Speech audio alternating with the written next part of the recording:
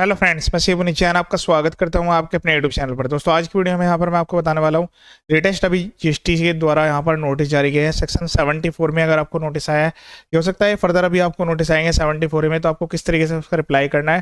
Fraud, wilful misstatement, suppression of fact, अगर इस type के एलिगेशंस लगाई गई हैं, आपका सप्लायर जो है वो डिफॉल्टर है, कैंसिल डीलर है, या बोगस परचेज या बोगस फर्म के चार्ज लगाए गए हैं, तो आपको सही तरीके से प्रॉपर्ली रिप्लाई करना है। मैं यहाँ पर आपको लेटेस्ट अभी एक नोटिस आया हुआ है वो बताने वाला हूँ। उसके अलावा कैसे रिप्लाई करेंगे सब कुछ यहाँ पर वीडियोज में बताने वाला हूँ। वीडियो को सेव जरूर कीजिएगा। नोटिस आपको किसी भी सेक्शन में आए, आपको प्रॉपर्ली टाइम लिमिट के अंदर रिप्लाई करना है, ताकि आपके फेवर में यहाँ पर जो है रिजल्ट आ सके। यहाँ पर मैंने काफ़ी सारे वीडियोज पहले भी अपलोड किए हैं, अलग अलग टाइप के नोटिस के रिप्लाई, वो सब कुछ आपको वीडियोज में देखने के लिए मिलेगा। अगर आपका अपील में जाना चाहते हैं, ऑर्डर जारी हो गया, या फिर एक्टिफिकेशन में जाना चाहते हैं, दोनों के लिए 90 डेज का टाइम होता है। उसके भी सारे वीडियो यहाँ पर अवेलेबल हैं। उन सबके ड्राफ्ट फॉर्मेट्स भी दिए गए हैं अलग अलग, कि कैसे रिप्लाई बनाना है, अपील कैसे फाइल करनी है, उसमें क्या क्या मेंशन करना है, सबके ड्राफ्ट फॉर्मेट्स वीडियो के डिस्क्रिप्शन में अवेलेबल है। आप उनको अपने अकॉर्डिंग डाउनलोड करके मॉडिफाई भी कर सकते हैं। ये लेटेस्ट एक नोटिस आया हुआ है, मैं आपको दिखाता हूँ। रिप्लाई कैसे करना है, क्या मेंशन करना है, वो सब कुछ वीडियो में बताने वाला हूँ। वीडियो काफ़ी शॉर्ट में रहेगा, वीडियो को पूरा एंड तक देखिएगा। तो पहले जीएसटी की ऑफिशियल वेबसाइट पर आपको लॉगिन कर लेना है। लॉगिन करके हम पहले नोटिस डाउनलोड करेंगे, फिर उसके रिप्लाई यहाँ पर सबमिट करेंगे। तो जिस यूजर आईडी पासवर्ड के थ्रू आप रिटर्न फाइल करते हैं, सेम वो यहाँ पर यूज होने वाले हैं। पहले यूजर नेम डालना है, पासवर्ड डालना है, कैप्चा कोड डालकर लॉगिन कर लेना है। लॉगिन करने के बाद आपके सामने इस टाइप से व्यू आएगा। उसके बाद सर्विसेज में जाना है, यूजर सर्विस में, व्यू नोटिस एंड ऑर्डर में आप यहाँ पर ये सारे नोटिस ऑर्डर देख सकते हैं। वैसे यहाँ पर पोर्टल का व्यू चेंज कर दिया गया, डायरेक्ट नोटिस ऑर्डर पर क्लिक करेंगे तो आप पहुँच जाएंगे। यहाँ पर जो पहले पॉइंट आता था एडिशनल व्यू वाला, उसको यहाँ पर हटा दिया गया है। अब इसके बाद यहाँ पर आने के बाद आपको जितने भी नोटिस हैं, जो भी प्रोसीडिंग चल रही है, वो सब कुछ यहाँ पर देखने के लिए मिलेगी। जो लेटेस्ट नोटिस है वो यहाँ पर आया हुआ है, मैं आपको दिखाता हूँ। सेक्शन 74 में है और हैवी अमाउंट यहाँ पर लगाई गई है, इंटरेस्ट प्लस 100% की पेनल्टी, सब कुछ यहाँ पर लगाई गई है। तो पहले नोटिस पर क्लिक करना है, जो नोटिस है उनको यहाँ पर डाउनलोड कर लेना है। मैंने इसको ऑलरेडी डाउनलोड कर लिया। रिप्लाई पर क्लिक करेंगे, उसके बाद यहाँ पर जो है आपको रिप्लाई टू शो को नोटिस पर क्लिक कर लेना है। उसके बाद यहाँ पर जो है पर्सनल हियरिंग वाले पॉइंट को यस कर देना है। यहाँ पर आप लिखेंगे reply attach separately with supporting evidence, क्योंकि यहाँ पर जो है कैरेक्टर्स की लिमिट है।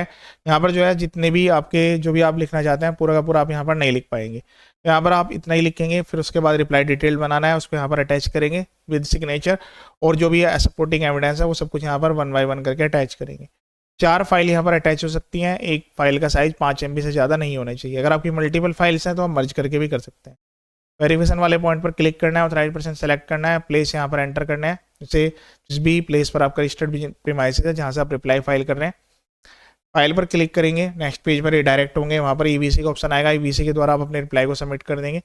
तो उसके बाद यहाँ पर जो है आपको इसकी कंफर्मेशन भी आ जाएगी। ठीक है, डाउनलोड करके रख लीजिएगा। फर्दर कोई कम्युनिकेशन होता है तो आप जो है फिर से यहाँ पर जो है इसी तरीके से प्रोसीड करेंगे, सारी चीज़ें सबमिट करेंगे। पर्सनल हियरिंग वाले ऑप्शन को ऐसे रखें, अगर कोई यहाँ पर ऑप्शन आपको आता है, नोटिस आता है, तो आपको हियरिंग भी करनी है। यहाँ पर सबसे पहले नोटिस देख लेते हैं। ये नोटिस यहाँ पर जारी किया है डिपार्टमेंट के द्वारा। इसमें कहा गया है कि आपने इनपुट टैक्स क्रेडिट क्लेम किया है, केवल और केवल यहाँ पर जो है आईटीसी आपने क्लेम किया है, एक्चुअल में आपकी परचेज नहीं है। यहाँ पर फर्म की डिटेल दी गई है, टैक्सेबल कितनी वैल्यू थी, और यहाँ पर IGST की अमाउंट दी है कि इनपुट टैक्स क्रेडिट आपने क्लेम किया हुआ है। सेक्शन 16 यहाँ पर मेंशन किया गया है, उसके प्रोविजन सब सेक्शन 1, 2, 3, 4 और उसके जो सबसेक्शंस है, क्लोज हैं, वो सारी की सारी यहाँ पर मेंशन की गई है कि आपने जो है यहाँ पर इसका वायलेशन किया हुआ है। ठीक है, फिर इसके बाद यहाँ पर इन्होंने लास्ट में लिखा है कि जो भी ये आपने यहाँ पर परचेज किया है, आपने हो सकता है आपके 2B में भी आ रही हो, आपने 3B में उसका इनपुट टैक्स क्रेडिट क्लेम कर लिया है, तो यहाँ पर ये गलत है, क्योंकि टैक्स इसका गवर्नमेंट को नहीं मिला है। और सेक्शन 74 के अकॉर्डिंग यहाँ पर आपके अगेंस्ट में ये प्रोसीडिंग्स की जा रही है। अगर यहाँ पर आप कहते हैं कि जो चीज़ें हैं वो यहाँ पर आपके फेवर में, आपके पास सारे एविडेंस अवेलेबल हैं, तो आप उनके सबमिशंस भी दे सकते हैं। ठीक है, तो यहाँ पर इन्होंने कहा है कि आपके ऊपर टैक्स इंटरेस्ट पेनल्टी क्यों ना लगाया जाए, और यहाँ पर जो भी आपके डॉक्यूमेंट्स हैं, बुक्स ऑफ अकाउंट्स हैं, जो भी एविडेंस है, जैसे कि बैंक के पेमेंट्स के प्रूफ हो गए, लेजर्स हो गए, वो सारी की सारी चीज़ें आप यहाँ पर जो है सबमिट करें। यहाँ पर इन्होंने जो है कैलकुलेशन बना दी है। ये टैक्स की अमाउंट है, पेनल्टी यहाँ पर लगाई गई है, और जिस दिन आप पे करेंगे वहाँ तक का इंटरेस्ट, मतलब मोटा मोटी आप देख लेंगे तो ये अमाउंट जो है आपका ट्रिपल अमाउंट से भी ज़्यादा हो जाएगा। ठीक है, क्योंकि यहाँ पर डबल तो इन्होंने कर ही दिया 100% की पेनल्टी लगाते हुए।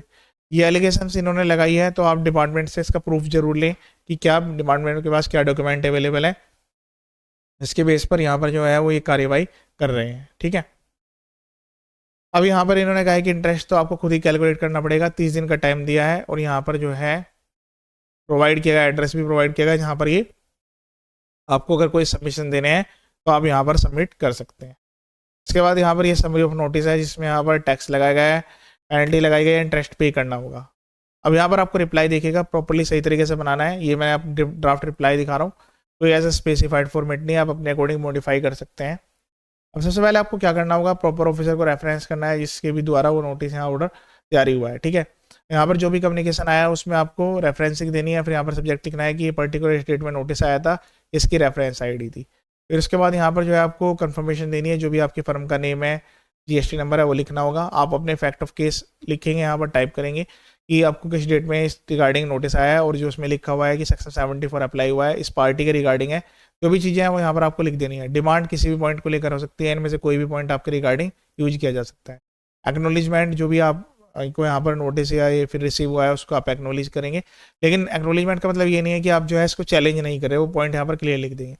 इसके बाद आपको यहाँ पर लिखना है कि जो भी डिपार्टमेंट ने आपको कम्युनिकेशन दिया है उसमें यहाँ पर आपको एविडेंस प्रोवाइड नहीं किए, तो आप उनसे मांगेंगे कि भाई आपने अगर किसी फर्म पर एलिगेशन लगाई कि वो एग्जिस्ट नहीं पाई गई है या फिर वो कैंसिल हो गई है, तो ये केवल आपने एजम्पशन बेस कराया है कि ये पार्टी बोगस है और आईटी से आपको रिवर्स करना होगा।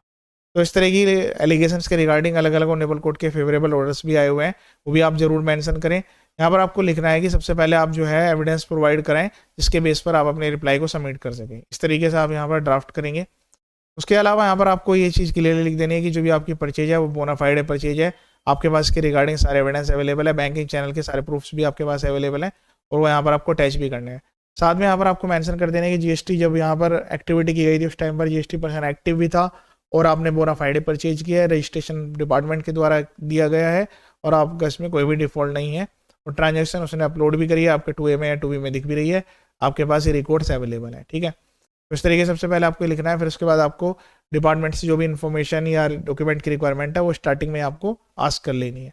तो प्रॉपर्ली आप यहाँ पर सबमिट करेगी जो परचेज है वो एक्चुअल है, बोगस नहीं है। अगर ये जेन्युइन है तो, अगर इनजेन्युइन है फिर तो आपको DRC 03 के थ्रू यहाँ पर टैक्स पेमेंट, इंटरेस्ट सबको पेमेंट करना होगा। ठीक है, सब कुछ पेमेंट करने की रिक्वायरमेंट आ जाएगी।